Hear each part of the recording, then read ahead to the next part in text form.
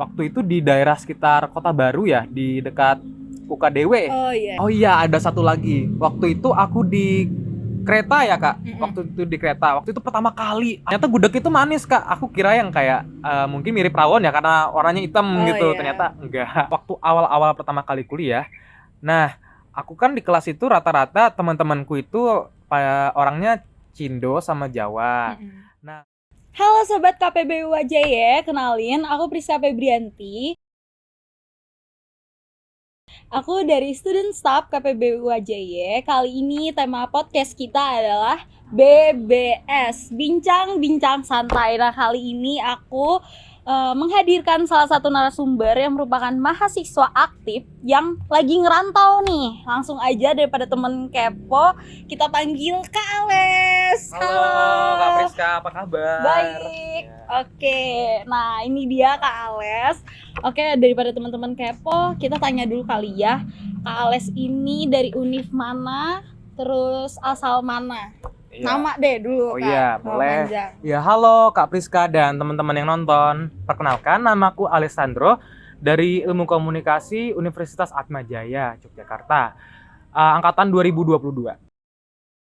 Oh, berarti udah hampir 2 tahun ya? Iya, kurang lebih 2 tahun di Jogja. Oke, kalau asal daerah sendiri nih Kak, dari mana? Kita tebak-tebakan ya. Kalau kelihatan dari perawakanku, aku asalnya dari mana? Kak Priska, boleh ikutan juga. Mungkin dari perawakan ini mirip koko-koko Cindo nih. Surabaya mungkin Kak? Teto, Salah. Oke, dari mana nih Kak kalau boleh Iya. tahu? Nah, kalau teman-teman tahu, aku asalnya dari Kutai Barat, Kalimantan Timur. Nah, itu. Kutai Barat, Kalimantan Timur. Iya. Oke. Kayak aku asing nih ya sama, mungkin teman-teman juga asing sama Kutai Barat, Kalimantan Timur, karena kalau Kalimantan Timur sendiri yang paling aku sering denger kan ibu kotanya Samarinda ya. Balikpapan. Mungkin dari daerah kakak ke ibu kota tuh berapa jam sih Kak Ales? Waduh, itu jauh banget sih. Kebetulan daerah saya itu daerah yang agak pinggiran ya kalau bisa dibilang gitu. Jadi kalau mau ke Samarinda atau Balikpapan itu memakan waktu kurang lebih 10 sampai 12 jam kalau dari daerah saya. Karena itu juga jalannya jelek ya ke sana dan cuma bisa lewat akses jalur darat. Bisa juga kalau mau naik pesawat, cuman mahal tiketnya. Oke, buat low budget kayaknya susah ya naik Iya. pesawat ke sana. Oke, berarti jauh juga ya. Tapi deket nggak sih Kak sama IKN? Waduh, kalau ditanya IKN lebih jauh lagi nih. IKN Waduh. dekat Balikpapan. Kalau dari tempat saya ke IKN ya kurang lebih lah sekitar 12 jam juga. Oke, berarti lumayan jauh ya. Untuk akses sendiri agak sulit gitu. Iya ya, Kak? bener, karena jalannya ya tau lah di Kalimantan bolong-bolong. Kalau kesah ini tuh. Iya, keluh kesah. Oke, daripada lama menunggu, kita langsung aja ke judul kita, yaitu Culture Shock mahasiswa perantauan nih. Kalian sendiri pernah nggak sih ngerasain culture shock? Waktu di Jogja. Iya. Waduh, itu kalau diceritain mungkin bisa jadi satu buku ya. Waduh. Banyak banget. Mungkin per poin aja kali Iya, ya Kak, biar yang nonton di rumah nih nggak bosan nih. Oke, mungkin apa sih Kak kejadian lucu yang Kakak alamin, culture shock apa gitu? Mungkin ya bisa Kakak ceritain lah di podcast ini. Iya, boleh. Nah, yang pertama itu waktu aku merantau ke Jogja pertama kali. Waktu itu aku kan ditemenin di buku. Nah, karena cuma berdua doang, jadinya akhirnya nyewa motor di Jogja. Dan aku nggak tahu ya, di Jogja itu banyak jalan satu arah gitu. Aku soalnya nggak pernah ketemu sama jalan satu arah. Karena di daerahku juga di Kutai Barat, di Kalimantan Timur itu jarang ada jalan satu arah. Bahkan di tempatku nggak ada. Nah, waktu itu di Jogja, naik motor berdua. Waktu itu di daerah sekitar Kota Baru ya, di dekat UKDW. Oh iya. Kota Baru ya. Benar. Nah, waktu itu aku lewat situ nggak tahu kalau itu jalan satu arah di lampu merah. Oke. Aku terobos terus diklaksonin orang, itu rasanya malu banget. Pasti kayak panik gitu ya Kak. Iya. Ini gimana? Iya, rasanya udah deh nggak mau bawa motor lagi selamanya. Trauma ya. Iya. Oke. Terus akhirnya ya udah gitu ya, belajar dari pengalaman. Iya, ya. akhirnya lama-lama ya udah terbiasa. Akhirnya bisa menerima keadaan kalau memang banyak jalan satu arah di Jogja. Oke. Terus apa lagi nih Kak selain jalan satu arah yang Kakak rasain?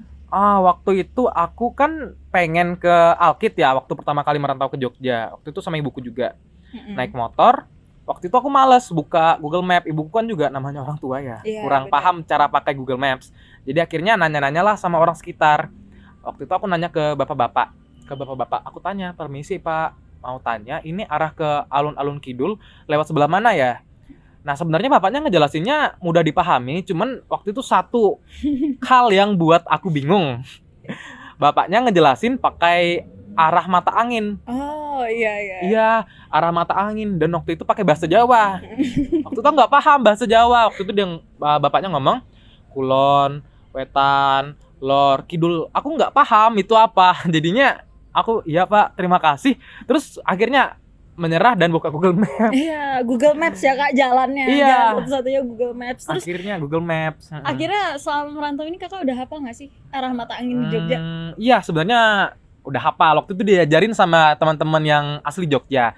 Nah, waktu itu aku belajar juga ternyata kulon itu barat, wetan itu timur, kidul itu selatan, dan lor itu utara. Oke, ini buat temen-temen yang ngerantau, spesifiknya lagi yang ngerantau di Jogja bisa nih kita belajar nanya-nanya lah sama temen-temen yang Jawa. Siapa tahu ntar kalau kita tersesat tiba-tiba dikasihnya arah mata angin kita bingung, maps nggak jalan ya kan rugi sendiri ya. Benar, kita harus bisa pandai lah beradaptasi. Benar. Oke, selain itu ada lagi nggak sih Kak yang lucu banget pengalaman yang Kakak rasain? Oh iya, ada satu lagi. Waktu itu aku di kereta ya Kak. Waktu itu di kereta. Waktu itu pertama kali aku naik kereta, dan itu juga turun dari bandara ke stasiun Tugu. Aku tuh pengen banget nyobain gudeg. Gudeg waktu itu. Nah, kebetulan di stasiun itu kan ada yang jualan gudeg. Dan ternyata lumayan mahal ya harganya. Seingatku waktu itu 35.000 satu porsi. Akhirnya aku pesen tuh. Aku kira rasanya bakal yang kayak pedas atau gurih-gurih gitu. Ternyata di luar ekspektasi. Rasanya manis banget, teman-teman. Ternyata gudeg itu manis Kak. Aku kira yang kayak mungkin mirip rawon ya karena warnanya hitam gitu. Iya. Ternyata enggak. Tapi tetap enak kok. Enak ya. Tapi Iya. dari segi sambal Jogja, maksudnya sambal Jawa ya kita bilangnya tuh sama sambal Kalimantan tuh beda nggak sih Kak menurut Kakak? Beda sih. Kebetulan khususnya di area Jogja ya teman-teman. Di Jogja itu nggak menggeneralisasi, tapi rata-rata sambalnya rasanya manis-manis. Mungkin karena ditambahin gula merah atau gula pasir gitu ya. Saya kurang tahu juga. Karena waktu itu pernah di beberapa tempat aku makan, rasanya sambalnya manis nggak ya? pedas gitu. Tapi tetap enak sih. Kalau di Kalimantan sendiri, ya kalau namanya sambal ya pedas. Pedesnya itu benar-benar pedas yang kayak doer bibir kalau makan. Iya, benar. Oke, aku tuh paling kepo nih. Kan di Indonesia sendiri banyak ya berbagai daerah gitu.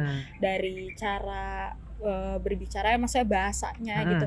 Kan pasti Kakak dari Kalimantan terus ngerantau di Jogja yang emang suku Jawa gitu didominasi. Nah, ada nggak sih Kak perbedaan berbicaranya bahasa atau intonasi nada gitu? Oh iya. Yang Kakak rasain? Oke. Waktu itu aku cerita dulu ya ini, Iya. cerita-cerita. Nah, waktu itu aku pertama kali kuliah. Waktu awal-awal pertama kali kuliah. Nah, aku kan di kelas itu rata-rata teman-temanku itu orangnya Cindo sama Jawa. Nah, waktu itu aku diajakin diskusi gitu, dan ternyata teman-teman yang diskusi itu rata-rata bisa bahasa Jawa, dan dikira aku juga bisa bahasa Jawa ya, mungkin karena dikira Cindo yang bisa bahasa Jawa, padahal aku bukan Cindo.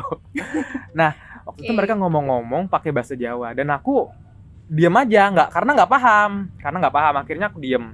Terus mereka akhirnya kenapa aku diam nih? Jadinya mereka nanya, kamu kenapa diam aja? Terus aku bilang, aku nggak paham bahasa Jawa. Terus dibilang, loh kamu nggak paham bahasa Jawa?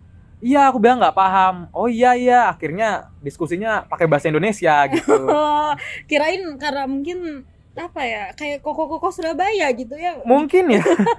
Padahal asli Dayak nih, produk asli Dayak.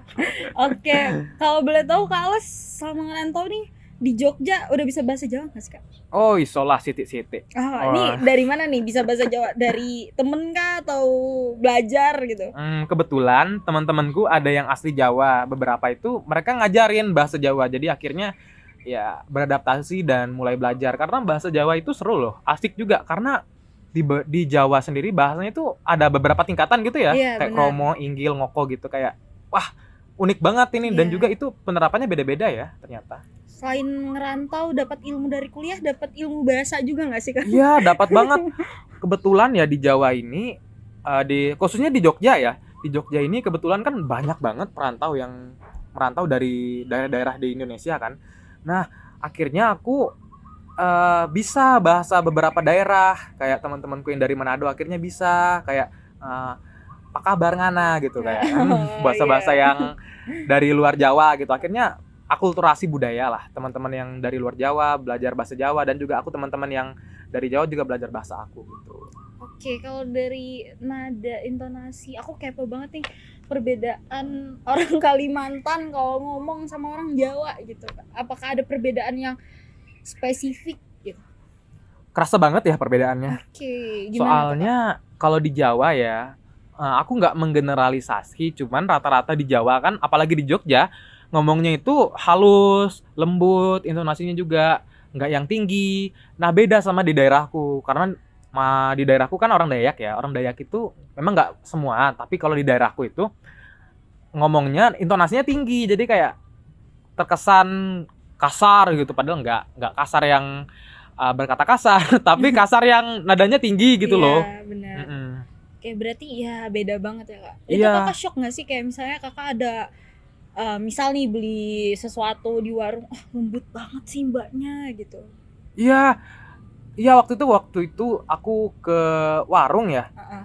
Aku bingung tuh. Mbaknya ngomongnya halus banget, kirain kayak pengen ngegoda gitu. Ternyata memang Emang gitu seperti ya. itu, Iya. iya. Dan juga kalau tiap kali belanja atau kemana gitu, orang-orang tuh pasti senyum enggih gitu kayak aduh, kayak beda banget kultur shock gitu karena di tempatku di daerahku ya nggak biasa kayak kasih senyum orang kayak gitu kayak mungkin kalau di daerahku mungkin dikira ada maksud tertentu ya. Iya. Dan ternyata kalau di sini tuh ya biasa aja disenyumin gitu. Berarti ya setiap daerah memaknai misalnya kayak senyum beda-beda gitu ya, Kak ya. Iya. Oke, itu sekian ya teman-teman culture shock yang dialami sama Kak Ales. Mungkin teman-teman juga banyak ngerasain hal yang sama. Ya kita bisa ngambil kesimpulan dari podcast ini kalau misalnya dari berbagai daerah di Indonesia yang punya suku, bahasa yang berbeda-beda itu mempunyai keunikan masing-masing dan kita harus saling menghargai. Itu salah satu yang paling penting. Dan ya udah sekian BBS kita kali ini bersama narasumber kita yaitu Alessandro. Oke. Terima kasih teman-teman sobat KPBB Wajaye. See you. Dadah.